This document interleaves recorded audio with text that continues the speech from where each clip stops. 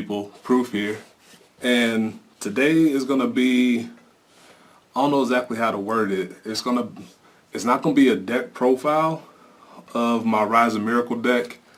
It's gonna be more like a deck journey, a deck chronicle type of thing, because I've been using this deck for about 6 months straight, and I've tried it in various ways, plenty of different ways, and I've tried what worked out for me, what didn't work out for me, and I kind of found the final version that I'm going to take with me into December when set 9 comes out with the Spike Brothers support. And so since people in the comment section, and thank you so much to everybody that's been commenting and giving my videos attention, and it makes me feel really good knowing that people are liking the stuff that I've been putting out there. Excuse me. And so people have been asking me for the deck list I've been using in my the videos against Bailey, Miguel, against Nice, the stuff that the fight videos I've been putting out recently. And so I kind of wanted to do something a little different, but still similar to what you might be used to format wise. And so my present deck list will be down below in the description if you want to take it. But if you want to figure out why I came to the conclusions for the stuff that I came to the conclusions of, I said that really weird. If you want to understand better why I use what I use in my deck, stay tuned for this and see it through to the end. And since this could go pretty long, I'm going to put a nice little clickable table of contents somewhere in this general vicinity that you can click through and figure out which spot you want to watch again, listen to again, things like that, the miracles of technology. And so the way this is going to work, I'm going to go through all the grades, all the cards that I've picked and used, and I'm also going to go over the stuff that I tried that didn't work and explain why it didn't work out for me. So this is going to be a deeper look into the deck and the way it's structured and why it is the way it is type of thing. So without further ado, if you're new to the Rise of Miracle deck, your winning image, quote unquote winning image, the way you aim to win the game, is to fill your Vanguard soul up with somewhere between 6 to 10 cards while amassing charge units in your hand. And charge is Spike Brothers keyword saying when it's called onto the field through an effect, you can put it in charge state, which says after it is involved in a battle, it returns back to the deck. And so I'll get to more individual cards in the future, but your principal stride to use to win the game is going to be Shootdown King Miracle Ace. And I might feature the cards somewhere on here like I do in my videos with nice little image and all that stuff. We'll see how I feel about it. And so you want to put cards into your Vanguard Soul because part of Miracle Ace cost is to Soul Blast 2 whenever you want to call something else back out. And so I'll cover more about the soul base, the things you want to use to fill the soul, and then how you want to go about winning the game through your charge units. So to start the game, you need a starter. The starter I choose to use is Mecha Trainer. Ooh, nice little glare. Mecha Trainer, he says Counterblast 1, retire him, search my deck for... Actually, let's zoom in a little bit.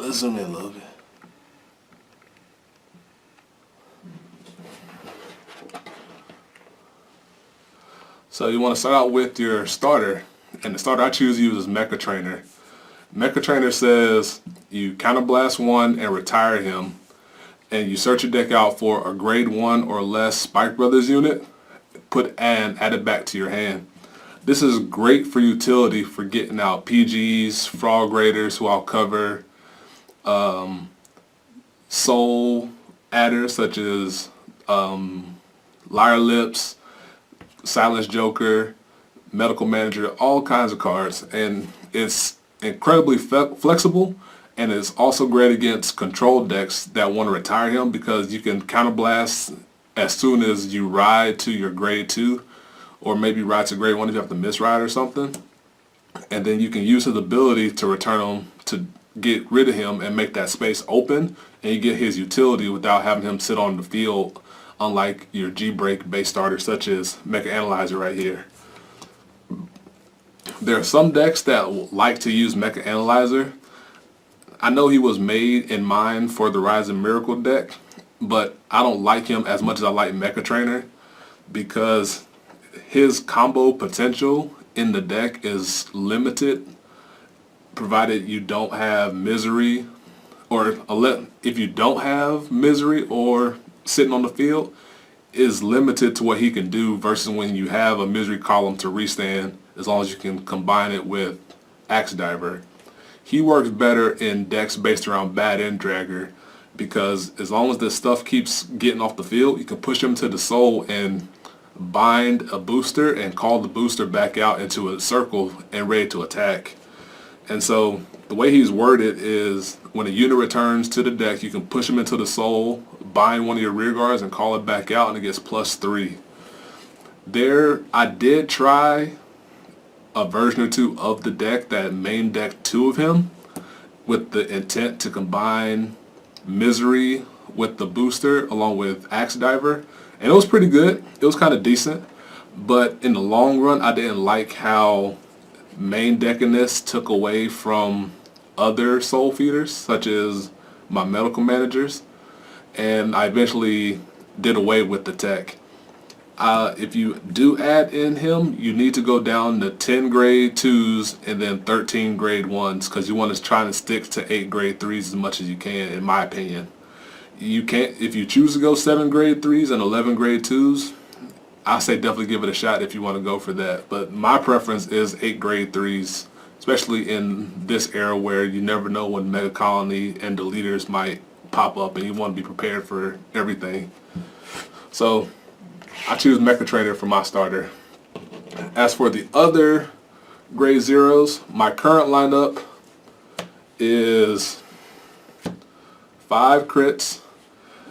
I have 3 Liar Lips, which is your Ryzen, push the soul, draw a card, give your Vanguard +5 crit, and 2 Silence Joker. Silence Joker says push him into the soul and unflip a damage. I used to have 6 in here, varying between 4 Liar Lips and 2 Silence Joker, or 3 Liar Lips and then having a 3rd Silence Joker here. But in the long run, for me, I liked having more draw triggers, and so in my version of the deck, I play 5 draw triggers. And I know people don't like draw triggers, but being that Spike Brothers is a combo deck, the times, because I did try out multiple grade or multiple crits. I once tried a 10 crit version of the deck, and every time that I tried it, it would work okay in practice and then get trounced on in tournament, because I would often see those critical triggers end up in the damage zone when they could have ended up being draw triggers for me. So variance, but it mattered to me. And so I go with the 5 draw triggers just because of giving myself a better chance of pulling cards into my hand, because you need to have cards in hand for Miracle Ace to be most effective. And so I got the 5 crits, and then Liar Lips. I choose more Liar Lips over Silence Jokers because I like having the ability to attack with the Liar Lips before moving it into the soul. It comes in handy in more ways than one when it comes to your Miracle Ace turn. You can put it in front of Frog Raider to attack for 11k on something. You can put it behind Misery if you're lacking Frog Raider and push into the soul after attacking with Misery first after you grab the Frog Raider. It's all a nice little cohesive unit. And so with the 5 draw triggers and the 3 Liar Lips, I have 8 ways outside of drive checks to be able, or I have 8 ways to be able to add more cards to my hand. I don't want to say outside of drive checks because you need to drive check or damage check these, but I have 8 ways to gather cards into my hand during the course of the game that helps feed my big combo play. And then 2, Double Watch. Double Watch is your our soul charge counter charge stand. And sorry about the light being so bright. I didn't want to. This is the best lighting that I have in the house, and I didn't want to have everything so dark and hazy down here. But Double Watch says charge, and then when it's unit attacks or boosts while charging, he gets +3, and then you soul charge, and then you counter charge 1. He comes in impressive handy during your Miracle Ace turns if you're lacking soul setup. This combo, which I'll get into, helps give you a big soul boost. And then of course, four heal triggers. And so there have been times when I was feeling a little crispy, and I tried 3 heals and added more to one of the other triggers, because Mecha Trainer here, our boy, since he can search out grade 0s, there were times when I would be really greedy and going for Miracle Ace plays to where I would search out the heal off of Mecha Trainer here. Ooh, let me slide this over some. I'll be really greedy when I would go for my Miracle Ace plays where I could search out my heal, which is a nice little play of mine, and be able to set up for Miracle Ace that way. But I eventually went against it, because having 4 heals in your deck definitely comes in more handy in the long run than having less than 4. So that's my trigger lineup. You can choose to go different paths with it. Like I said, you can go something like this. I've tried this. I liked it a little bit, but I'm weird, and so I like having that 5th draw in here. There were times, like I mentioned earlier, where I went no draws at all and went 10 crit, 2 stand, 4 heal, and it sounds good on paper because you're aggressive, you can hold hand, rely on Miracle Ace to finish off the play once their damage is high. But in practice, it didn't work out as well for me. If you use it and like it, Godspeed, but I prefer having at least 4 draw triggers in here, especially in the future, because I'm fully expecting Spike Brothers to finally get some kind of push to soul draw trigger. Ideally, I want a Margot clone, but if we get a Hysterical Shirley clone, I'll be cool with that too. But I definitely expect us to get something that's going to replace your current 4 of draw trigger. For me, is Cheerful Lynx. So I will look out for that and definitely potentially add those draw triggers. Not potentially, definitely add those draw triggers if they come. Alright, let's...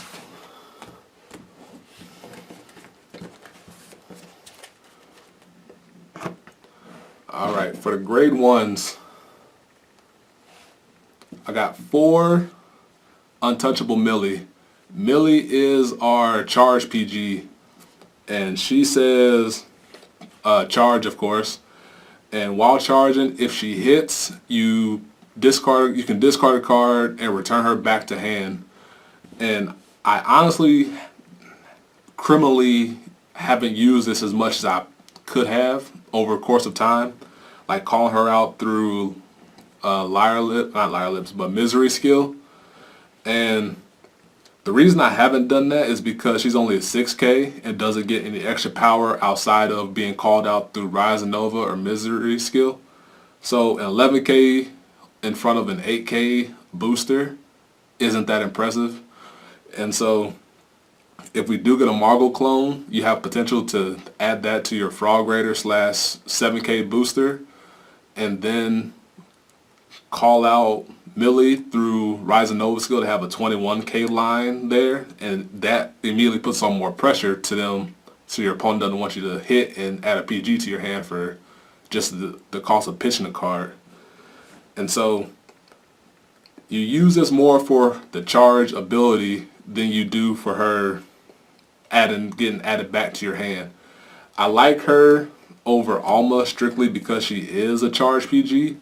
You likely won't need the unflipping that Alma provides as much as you'll need the charge ability that Millie provides. So many times I've had Millies in my hand that have won me the game through attacking that wouldn't have been possible if that same Millie or two Millies were Almas. So if you play this deck, I would highly advise you to play Millie over Alma, even though Alma is enticing because of the unflipping ability. Let's see. Boom. And then we have 3 Frog Raider. Frog Raider is the piece or one of the big pieces that brings your whole Ryzen, Nova, Miracle Ace combo together. He says GB1, when the unit with charge is put in the same column as him, you restand him. And so the way it works is you attack, and then you call the unit with charge in front of him or behind him, and he restands. And you keep doing that until you can no longer put more charge units in his column. And the key to him is that everything that gives a boost, such as Miracle Ace, your triggers, the potential Margle clone if we get one, those usually are worded to say they retain power until the end of turn. So on your Miracle Ace turn, he keeps getting bigger and bigger. So he goes from 7 to 12 to 17 to 22, so on and so forth. And so staring down something that has a 27k booster behind it gets really scary really fast. And I used to play 4 of him, but over time I realized that as long as I have either one of him or one of Misery in my hand, so a 1 in 6, 1 in 7 chance of having them, if I have the counterblast necessary, every other Frog Raider becomes excessive, and they're not, so that means more non-charge units in your hand or in your deck, which you could potentially check during the game, which in the long run is bad because you need charge units for Miracle Ace. So eventually I tried out 3 and it didn't hinder me as much as I expected, and I ended up sticking with 3 after that. And so I like 3. If you want 4, you can definitely add 4, but knowing you're going to sacrifice either another tech option or you're going to sacrifice charge unit space if you add the 4th one. 3, Acrobat Verdi, which is your Stride Enabler / Ryzen Nova Searcher. There's not much to really say about it, but 3 is the ideal number, so you can have the best chance of getting it and pitching it for Stride, and you won't have too many to where you will check it during a Miracle Ace turn or during the middle of the game where you won't need it as much anymore. Then we have 2, Medical Manager, which is if you ride or call it to rear, you can soul charge one basically. Best first ride in the deck at the current moment because it's a ride that gives you something in return for riding it, which also adds to your soul for Miracle Ace in the future. And the other tech spot currently goes to 2 Catball Player, aka Moodmaker Nyanrook. Moodmaker says charging, it gets +4 while charging, and then after it returns to the deck, you can give another unit +4 until the end of turn.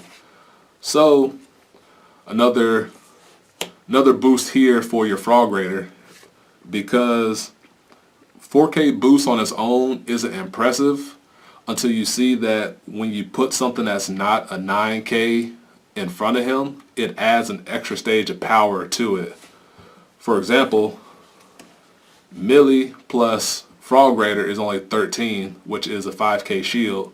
But if you add in the 4K that Moodmaker provides, it suddenly hits for 17K. Now it forces 10K shield from your opponent. And so if you extrapolate that into the factors of 5 that keep getting added to Frog Raider over the course of a Miracle Ace turn, that when it becomes really scary, now suddenly instead of being 33,000, it's 37,000 if you have Millie in front of it, which can force your opponent 5K more shield that they may not want to give up at that moment in time. So definitely something to look out for is Moodmaker here.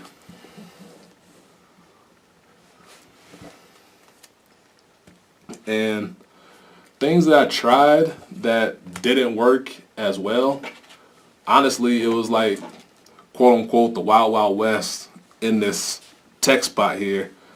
I tried out 2 Gloria. Gloria says at the end of the battle she boosted a Spike Brothers unit. You can counterblast 1, draw a card, and put the unit she boosted to the bottom. Is on grade 1 or greater Spike Brothers unit. I think I said that first time around. The reason she ultimately didn't work mostly is due to G Guardians becoming a thing. Because when G Guardians came out, that made First Strike Miracle Ace a possibility. And having Medical Manager in the deck facilitates that better than having Gloria in the deck. And the other reason she ultimately didn't work out for me is because she costs a counterblast to use. And if you're using her, you kind of feel compelled to use that ability. Otherwise, you have a 7k vanilla boosting up something. And so there were times where I would be too greedy with my counterblast and not be able to recoup it back later, to where it would stunt my Miracle Ace turn in the future. And so ultimately it didn't work out in this role, especially because Medical Manager ended up becoming better ultimately for me. And so it didn't work out. And the other tech option that I used was Commander Gary Gannon, which is a filter option and usually best behind Vanguard. But even in a 1 or a 2 of role, wanting to have it as soon as possible restricted what my Mecha Trainer could search out. And so if Mecha Trainer lose that flexibility, you kind of hurt your own game in the process in a way. And so eventually, in the sake of consistency, I just removed it and then worked on other charge bases and other soul charging options around it. So those are the grade 1s.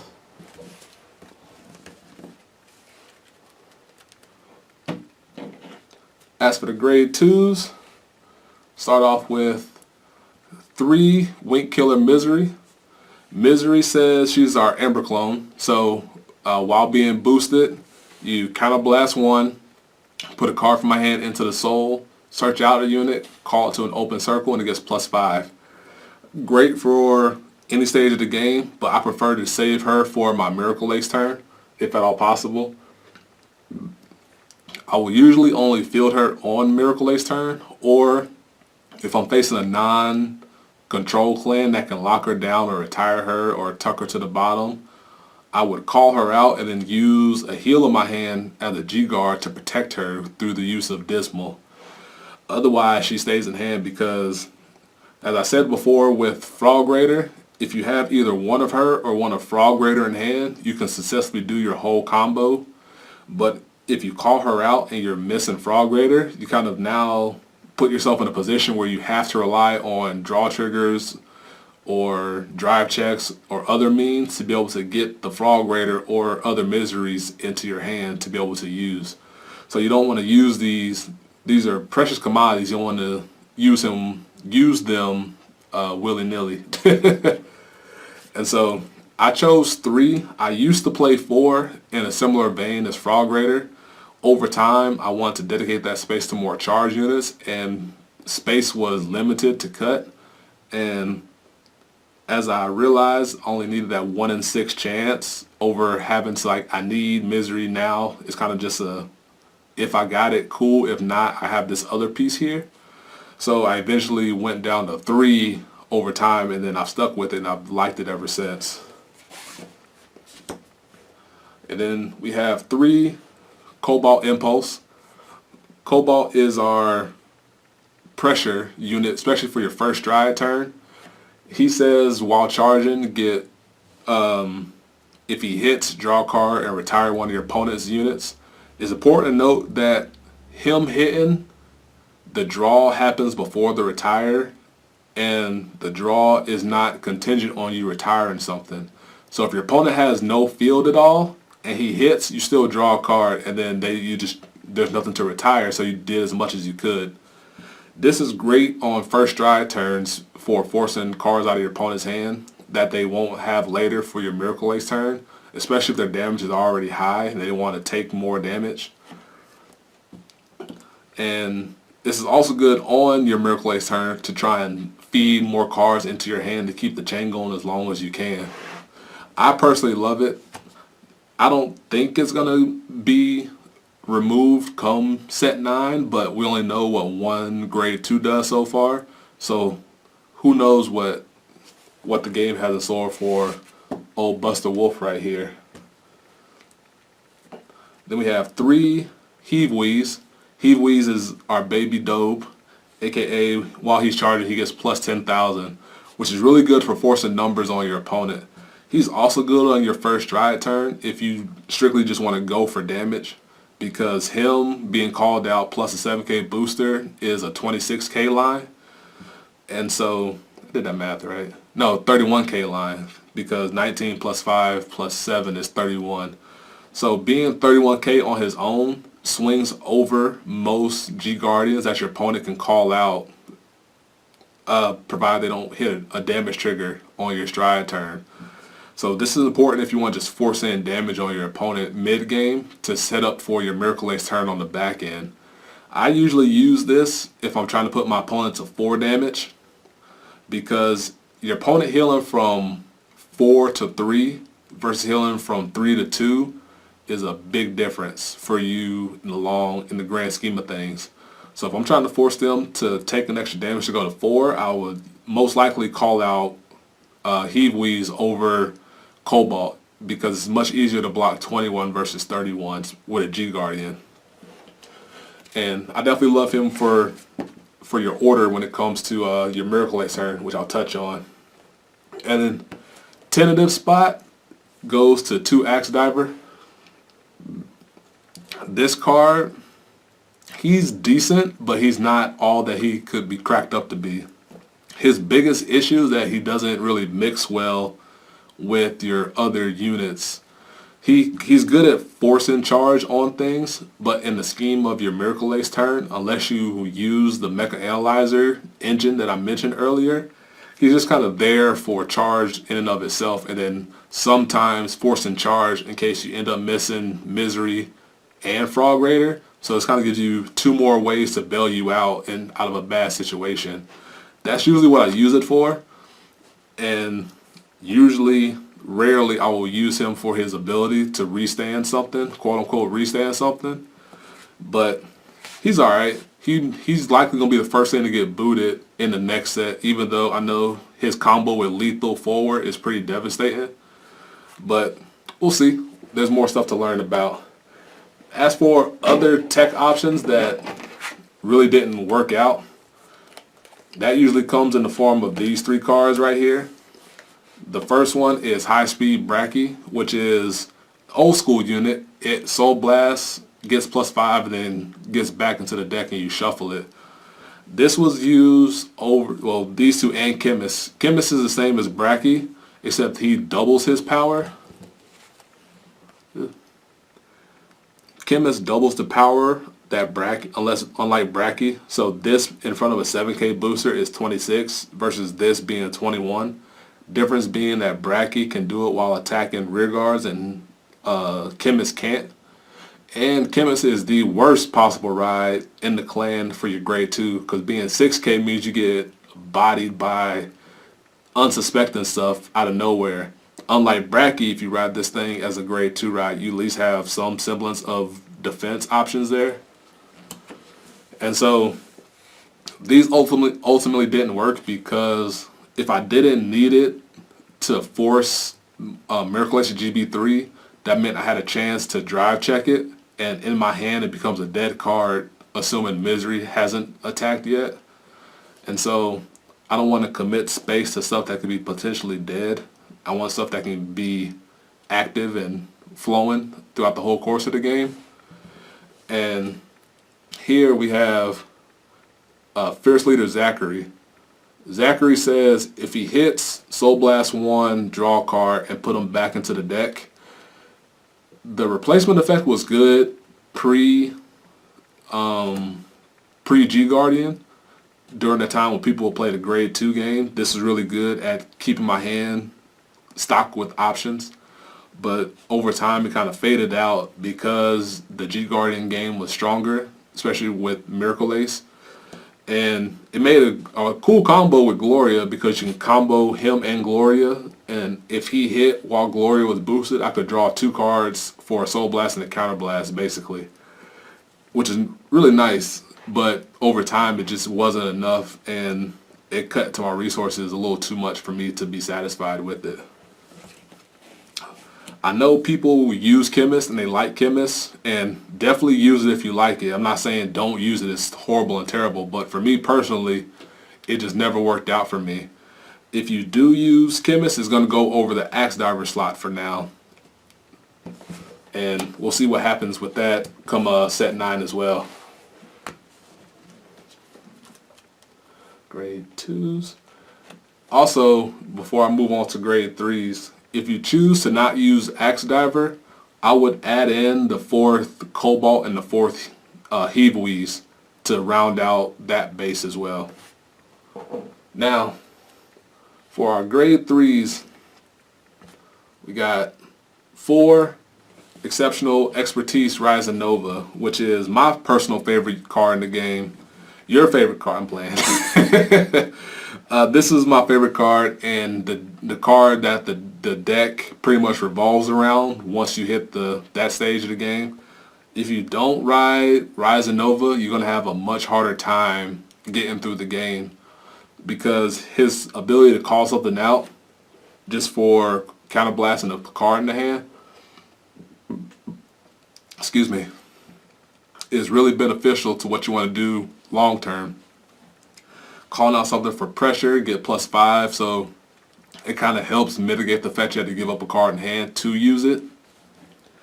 More pressure on your opponent, feeds the soul for the end game, and it's all around a really good card. His GB2 says on attack, put a card in your hand, from your hand into the soul, search out something, call it to an open circle. It rarely comes into play, but you definitely want to know it just in case it ever comes up. And yeah, gotta use them if you're using this deck. Now, this is where it kind of gets a little funky. I have 3 Hive Maker and 1 Bulldozer Dobe. There was a time before when I would play 2 Dobe and 2 Hive Maker.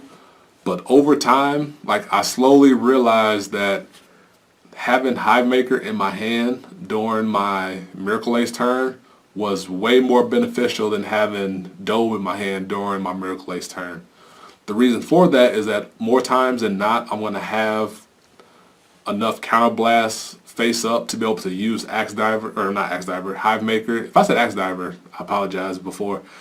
To Hive Maker's effect most efficiently, because he converts 2 soul into 1 counterblast, which is Double Watch doing what he does. Because say you have 3 counterblasts available at the start of your turn, you use 1 to activate Miracle Ace, you use 1 for Rising Nova, and then you call out Double Watch. You go from having 1 counterblast open to now having 2 counterblasts open. And then if you repeat that with Misery, you still have 2 counterblasts open, which means you now have 2 counterblasts you could potentially use for Hive Maker A and Hive Maker B, which if you have enough charge units in your hand but not enough soul, you now can still keep your chain going for a similarly priced cost in the long run. And so having extra Hive Maker in my hand or in my deck to be able to search out helps me way more, because attack numbers are what's important during the Miracle Ace turn, slightly more than strictly power, because if you have enough bullets in your gun, you can overcome the wall that your opponent has in their hand, pretty much. So if you throw enough bodies at the wall, you can potentially succumb to the wall versus having a bigger battering ram to get through the wall, if that makes any sense at all. Terrible analogy, I'm sorry. Basically, having more attacks is better in the long run than having just higher power, depending on the damage your opponent is at. And so I like having Dobe in some capacity, because being able to call him through the likes of Picaro or having in my hand to force a huge number late in the game can definitely help. and also I want to have the more Hive Makers to be able to keep my combo going should my soul resource goes dry, my soul well goes dry. And there was a time where I kind of fell into the trap, quote unquote, of trying to combine Bad-In with Ryzen, and it kind of worked, but the issue with having Bad-In is that it necessitated having Elza, the limit break enabler, and so that means you had to commit either 2 or 3 slots for Bad-In while committing 1 or 2 slots for Elsa. So that's anywhere from a 4-card commitment or a 3-card commitment to a 5-card commitment. And when you commit 5 cards to the deck, that's 5 cards that is either not helping you towards Miracle Ace as sooner, or you're cutting into your charge base. And when you cut into the charge base, you're now impeding on your Miracle Ace turn, which is your win condition. Because if these are in your deck, or Elza's in your deck still, that's now 3 to 5 potential dead checks that you have to come off your drive checks when you're needing charge units from your triple drive. And so while the power that Good-In and the Bad-In Break Ride has is really appealing, you can get similar power off of Ryzen Nova into Heave Wheeze. And so I say and so a lot, it seems like. But I don't think it's as good over time in the long run as it would be to play pure Ryzen and go into your power base of Dobe or Heave Wheeze, or your pressure base of Dhampir into Cobalt. But that's my opinion. People have tried it. They kind of liked it. I've heard conflicting reports similar to I have. I definitely would stick to Bad-In into your Dudley deck or to your Legion deck, but I would separate him from the Ryzen deck. But that's my take on it. Alright. As for the strides, first and foremost is the guy that I mentioned about 37 times throughout the course of this entire journey I've been taking you guys on. Shootdown King, Miracle Ace. And Miracle Ace says Counterblast 1 and Persona Flip. He gets 2 abilities, both of which are red text, which is important. One says when a unit returns back to your deck, you can give another unit plus 5,000 till the end of turn. And then on top of that, he gets GB3. When a unit returns to the deck, you can Soul Blast 2, and if you do, you can call a unit from your hand into an open circle.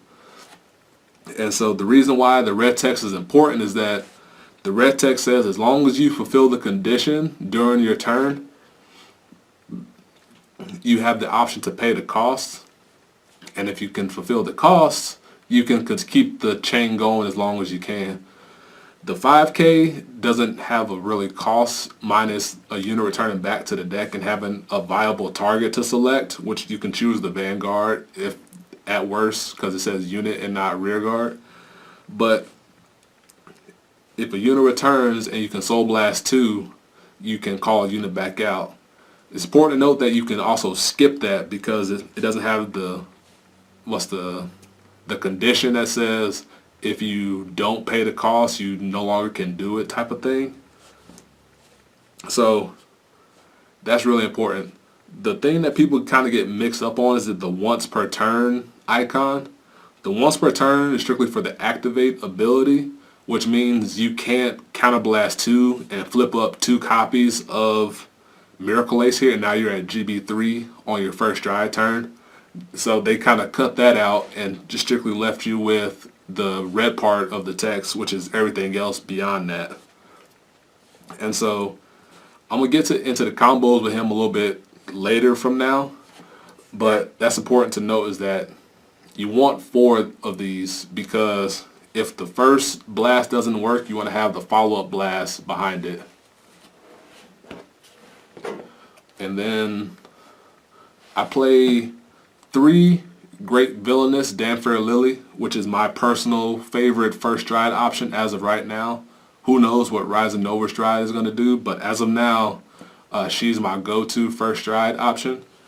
She says if she hits, you call a unit with charge from your hand onto the field. Doesn't have to be an open circle. And when that unit returns back to your deck, you draw a card. So you're getting another attack off. You're getting a charge unit back to the deck guaranteed, and it's replacing itself in your hand. All of which are really good things for the deck in particular, especially when the deck has to give up cards in its hand to be able to pay the cost for skills. You definitely want to try and keep your hand as full as possible, and she helps better in that regard over Flash Bruce, in my opinion. So I stick with her over Flash Bruce for that reason, and pretty much that reason alone. Then we have two great villain, Dirty Picaro. Picaro says GB3 counterblast 2, put a card from your hand into the soul, flip up something in your G-zone face up, and then you search your deck for as many or up to the number of face up units in your G-zone and call them to open separate circles. This card is really good against matchups like Kagero, which want to field wipe you and try to shut your hand down. Not shut your hand down, but limit what you can do. Like make you commit your hand to the board so you lessen what's in your hand, so they can overrun you by keeping your field low by retiring what you call out. This is good for that because you can give a 1 card in hand to call out 2 front row attackers, or a misery and another column and things like that. It's also good for the times when your opponents have low damage and you can't reliably Miracle Ace, because this being able to trade in 1 card for 3 full attacks is amazing for your hand advantage. And in a clan like Spike Brothers, you want to try and get your hand advantage when you can, because it's few and far between. So I choose 2. You can definitely get by with 1. I choose 2 just in case as an emergency option, and there are no better strides as of right now to fill this gap for us, but I'm sure that'll change in the future. Got 1 super heavy Chariot Tiger Centurion from Fighters Collection. He's good if your opponent keeps your charge units on the board. You can use him to get them back into the deck for your Miracle Ace turn in the future. I use 1 because he's not something that I want to use and commit stuff to the board to get the maximum benefit of, unless it's like my only option. But usually I'll go into Dhampir and then save him for like flip costs or something like that. But if I put on pressure early and my opponent keeps the units on the board, I now have a way to quote unquote punish them for doing so. And so he says counterblast 1, choose any number of your rear guards, put them in the charge state. For the ones you don't put in charge, they get +2. And I wish his boost was a little bit higher, because +2 doesn't do much in the context of the clan in and of itself. +3 would have been amazing, but take what we can get. 1 Sebreeze, because Sebreeze is great. Since I have Silence Joker and Double Watch, if I have 3 counterblasts, I can use Rise and Nova skill and get the counterblast back, or I have a way to unflip damage in the main phase to recoup some of the counterblasts if I want to go on the Miracle Ace after that. But you definitely want to have 1 if you're a G-based deck. As for my G-Guardians, I have 2 excellent cheerleader Aery. She says on guard, if you have, I think it's 3 or less rear guards. I'm sad that I have to read this right now because I couldn't remember if it was, I got her slightly confused with the Great Nature one. But she says if you have 3 or less rear guards, she gets +5 until the end of turn. And I play 2 because the bigger guard helps. And then I have 1 light element Agleam. If you can see it, the light shining. He is a filter card for me. And sorry about the glare. Like I know I apologized before, but the light is strong and I don't have a thing to control it. But he says when you put them onto the guard circle, I can discard a card and draw a card. And this helps me get rid of non-charge units and give myself a chance to draw a charge unit going into my Miracle Ace turn. So anything just to keep that charge consistency going is always good. And then one Dark Element Dizmel, strictly to protect either your Frog Raider or your Misery if it is on the board. And usually you only need to protect Frog Raider if it's somehow in the front row or if you're facing against Narukami. But you want to protect Misery from anything and everything if possible if you commit one to the board, provided you don't have a backup option in your hand. And then the last card is Metal Element Screw. I thought about not using Screw and using it as a second Agleam, but recent games have shown me that having this one Screw as an emergency option is really beneficial. And so he earned his spot on the team. And I definitely want to stick with the one that I have right here. Whew. Alright, so that's my deck. Kind of, hopefully that helps you understand why I chose what I chose. And before I end this video, which is absurdly long, have the table of contents somewhere in this general vicinity for you guys. But before I sign off, I want to just go over some small combos to keep in mind for when you're playing the deck. So, knowing that our game is dependent on getting to Miracle Ace and having ample soul, one thing you need to know is about the ways to feed the soul, which is through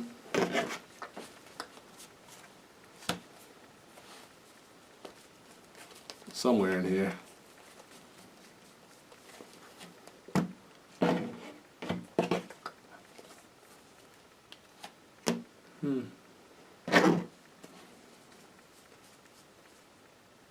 Oh, it was right here the whole time. I'm blind.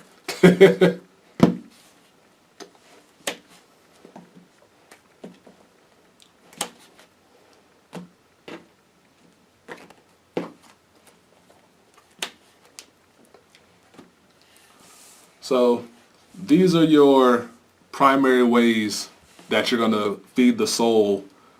I'm not going to count Picaro in this because you're rarely going to go into Picaro before Miracle Ace. But at every grade you have something that can help feed the soul for Miracle Ace here.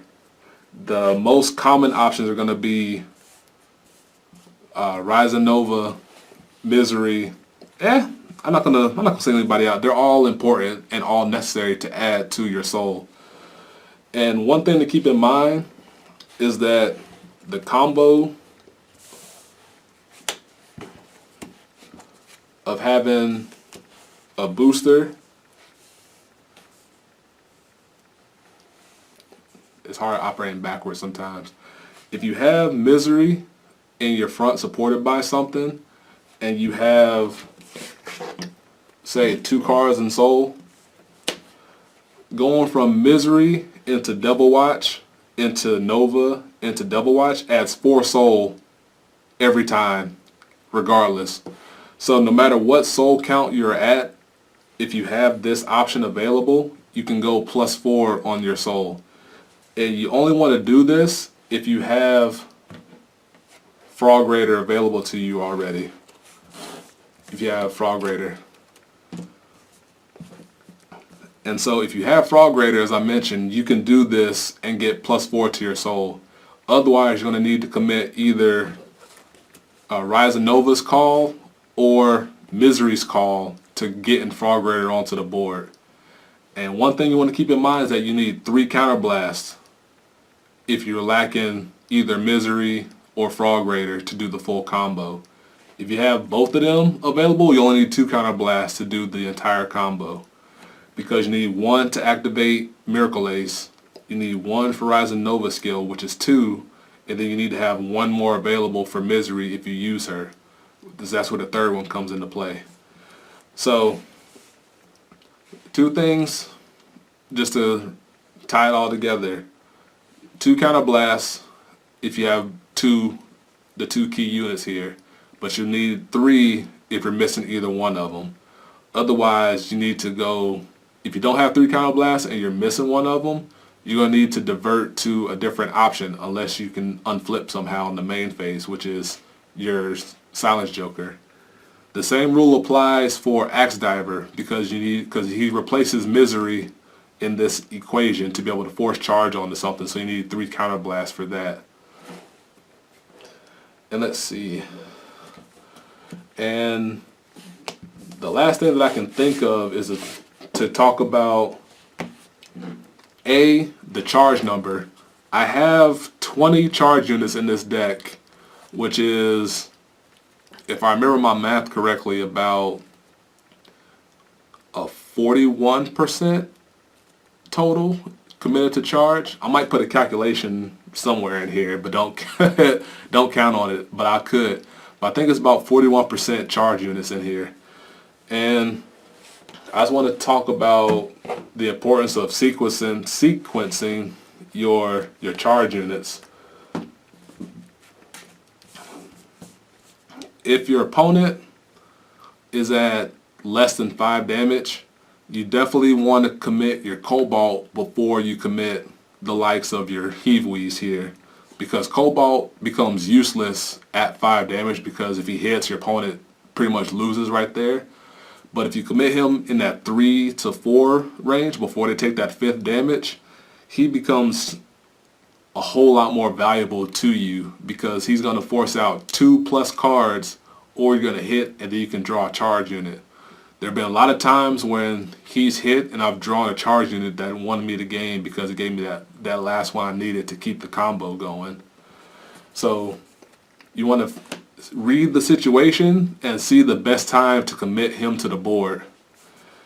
Committing Hive Maker to the board is strictly to force damage.